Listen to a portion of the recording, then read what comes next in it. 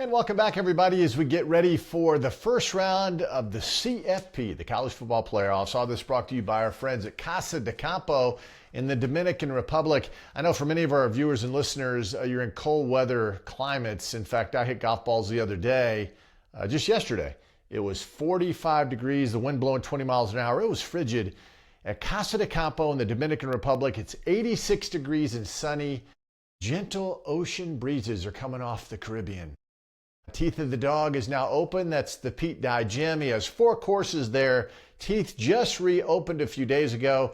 Jerry Pate did the redo. Cannot wait to get down this weekend and teed up at Teeth of the Dog and enjoy the great hospitality at Casa de Campo. I'm urging you and your family to plan a vacation at casadecampo.com. It is the best golf in the Caribbean. Time now for the Pigskin Prognosticator of Prodigious Proportions. If you listen to us like you have all season, you wake up Sunday morning independently wealthy.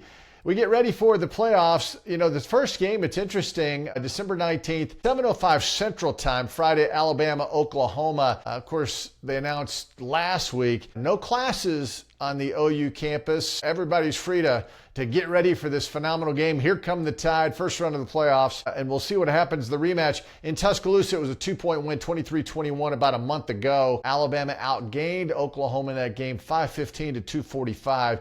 Biggest discrepancy between a losing team and the winning team as far as total yardage that we've had in recent memory. Good news for Alabama after the thumping they took against Georgia in the SEC championship.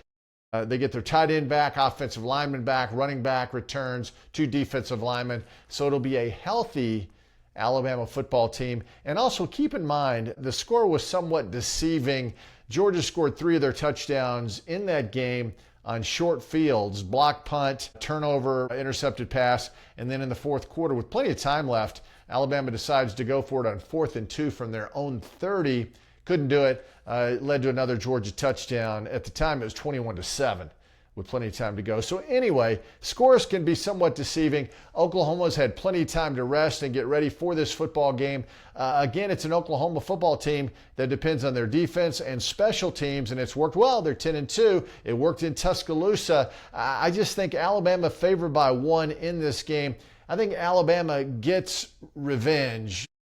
That's the word I was trying to avoid. But again, I just think there'll be a motivated Alabama football team to avoid 2 losses in a matter of a month to Oklahoma, a team that they feel they are better than. And I think Ty Simpson will bounce back. Alabama, it's interesting, only 2 wins out of 8 tries. 2-5-1 is the all-time series record for Alabama against Oklahoma. Both wins came in the postseason in bowl games. We're in the postseason. I think Alabama wins on the road and advances to play Indiana in the Rose Bowl on January 1. Now, December 20th on Saturday, first game at 11 a.m. Central Time, Miami at Texas A&M. The Aggies favored by 3.5 this game. The Canes are in. They're in the CFP. They've been celebrating, much to the chagrin of Notre Dame. And yeah, Miami played well at the end of the year against Pittsburgh. Their 2 losses, though, at home to Louisville, and they lost on the road at SMU. A Mustangs team that was a good team. But again, if you watch that game, man, Miami was stagnant on offense, had some big-time miscues, turnovers offensively.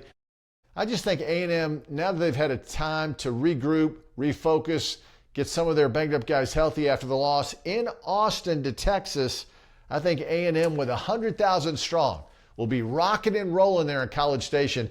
I think they end the Hurricane season. They cover the 3.5.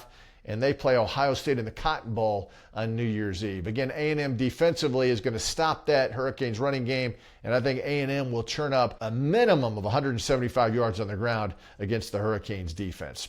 Also December 20th, Tulane at Ole Miss. It's 2:30 Central Time, 3:30 Eastern. Ole Miss favored by 17.5. Obviously, this is the tornado game, right? Because of all the tornadic activity that has happened with both teams. Lane Kiffin leaves, will not be on the sidelines. Pete Golding, the head coach. Charlie Wise Jr. is staying, the offensive coordinator, play caller. That's good news for Ole Miss. Again, Tulane's John Summerall, the head coach, said in his press conference he really is enjoying getting his team ready for the playoffs and also getting his new college football team, the Florida Gators, in order, hiring a coaching staff, going to the transfer portal, doing all this stuff.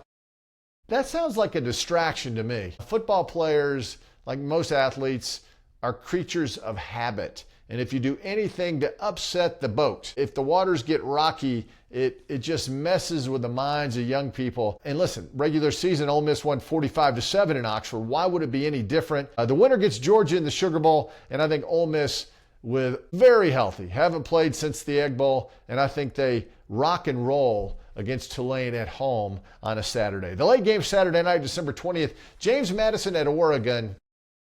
It's interesting, Oregon favored by 21.5. That's the biggest spread in the CFP in the first round. Great season for James Madison. There's no question about it. Sun Belt champions, 12-1. A phenomenal story where they were 5 years ago in FCS, now making the CFP as an FBS team.